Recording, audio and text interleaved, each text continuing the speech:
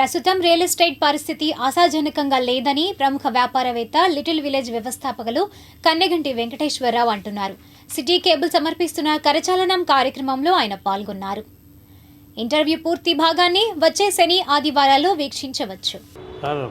మీరు first builder, real estate వ్యాపారంలో ఆరితేరారు, తర్వాత ఇందులో సెటిల్ అయ్యారు అనుకున్నాం. ఏంటి రియల్ ఎస్టేట్ పరిస్థితి ఎలా ఉంది మన రాజధానిలో ఇప్పుడు? ప్రజెంట్ అయితే చాలా డల్ ఉందండి, స్లమ్ ఉంది, నో డౌట్. చాలామంది అంటాం ఏంటంటే ఒకేసారి గవర్నమెంట్ మారంగానే ఒకేసారి హైక్ చేశారు, ఇక ఇంతకు మించి పెరగదు అంటున్నారు. నిజమేనా అదంతా? లేదు సార్, దీని మించి పెరుగుద్ది. కానీ సెకండ్ ఫేజ్ పూలింగ్ అని ఒక చిన్న డెసిషన్ తీసుకుంది గవర్నమెంట్. అది blunder mistake sir. Second phase pooling అవసరమే, కానీ ఈ టైం కాదు సార్. దాన్ని తీసుకోవడానికి ఇంకా టైం ఉంది. అది బ్లండర్ మిస్టేక్. అంటే మీరు మాట్లాడిన తర్వాత, మీరు అడిగిన తర్వాత రియల్ ఎస్టేట్ ప్రజెంట్ స్లమ్ ఉంది, పడిపోయింది. దానికి కారణం సెకండ్ ఫేజ్ పూలింగ్. అదే పూలింగ్ ఇప్పుడు తీసుకోవడం రాంగ్ అని ఎందుకు అంటానంటే, ఆల్రెడీ 10 years అయింది సార్. రైతులు ఈ 29 విలేజ్లో 33,000 ఎకరాలు ఇచ్చి వాళ్ళకి ఫ్లాట్లు ఇవ్వలేదు సార్ ఎంతవరకు.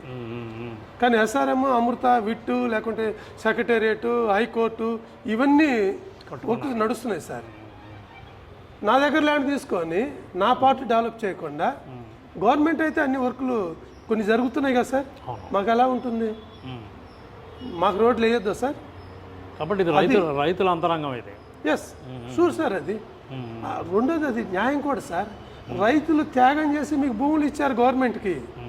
త్యాగం చేసిన రైతుల్ని ఇచ్చిన ఫ్లాట్లకి రోడ్లు వేయకుండా, దానికి ఇన్ఫ్రాస్ట్రక్చర్ ఇవ్వకుండా, మీరు గవర్నమెంట్ దగ్గర ఫండ్ లేదు సార్, ఒప్పుకుంటా నేను.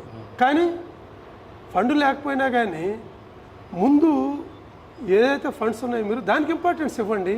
అంటే అంటారు వర్క్ చేస్తున్నామని 2 ఏళ్ళు పట్టుద్ది అంటారు. 2 ఏళ్ళు ఏంటి సార్? ఇప్పుడు 10 ఏళ్ళు అయితే ఫస్ట్ అసలు మన మైండ్లో రైతు ఇచ్చాడు కాబట్టి, ఇక్కడ రైతే గొప్ప కాబట్టి ఫస్ట్ డెవలప్ చేయాలి. అది ప్రయారిటీ ఇవ్వాలి. ఆ ప్రయారిటీ లేకపోతే ఇప్పుడు రైతులందరూ ఏడుస్తున్నారు సార్, ఏటగా తిట్టుకుంటున్నారు, వీళ్ళు ఎప్పటికి ఇస్తారు ఇంకా అని. అది సెకండ్ ఫేజ్ వచ్చిన తర్వాత ఇంకా ఎక్కువ బాధపడుతున్నారండి. 10 ఏళ్ళు అయింది, మా ఫ్లాట్లు ఇంతవరకు ఇవ్వలేదు, మళ్ళీ తీసుకెళ్ళి 50,000 ఎకరాలు అన్నారు, వాళ్ళకి ఎప్పుడు ఇస్తారు? అది ఆ ఏరియా అనుకుందాం కాసేపు. ఇప్పుడు ఇది చూద్దాం, మన హైవే పక్కన మన మంగళగిరి, కాజా, చినకాక, ఇటు ఉండవల్లి కానివ్వండి, ఈ రోడ్లు ఎలా ఉంది?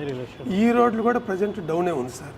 సార్ బేసిక్ సార్, ఇక్కడ ఇప్పుడు మన స్టేట్ డెవలప్మెంట్ అంటే ఒకటి అమరావతి, 2 క్యాపిటల్ సార్. ఈ 2 మేజర్ సార్. ఈ 2 మేజర్లో రియల్ ఎస్టేట్ని ప్రభావితం చేసేది ఇది సార్. ఇక్కడ గవర్నమెంట్ ఎప్పుడైతే ఇది డిలే చేస్తుందో వీళ్ళకి తెలియట్లేదు సార్. ఈ ఎఫెక్ట్ హైదరాబాద్ ప్లస్ అవ్వబోతుంది సార్ రేపు.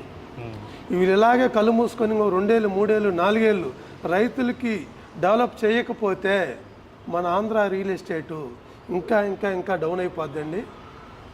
దాని ఎఫెక్ట్ హైదరాబాద్ డెవలప్ అయిపోద్ది సార్. మనం చాలా లాస్ పోతాం. అదే గవర్నమెంట్ మేల్కొని ఇప్పటికైనా సరే సెకండ్ ఫేజ్ పూలింగ్ని అట్లా ఆపి ఇప్పుడు ఇమ్మీడియట్గా రైతులకు ఫ్లాట్లు డెవలప్ చేస్తే, నేను వెళ్తాను సార్ అక్కడ డెవలప్మెంట్ చేస్తాను, రైతు ఫ్లాట్ కొనుక్కుంటాడు సార్.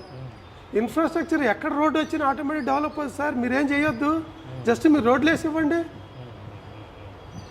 మీరు పబ్లిక్ రోడ్లు వేస్తున్నారు, రైతులకు ఇచ్చిన ఫ్లాట్లకు రోడ్లు ఎప్పుడు వేస్తారు? ఇది మేజర్ మిస్టేక్ అండి. ఈ మిస్టేక్ సరి చేసుకోకపోతే ఈ రియల్ ఎస్టేట్ పెద్ద డెవలప్మెంట్ ఉండదు సార్.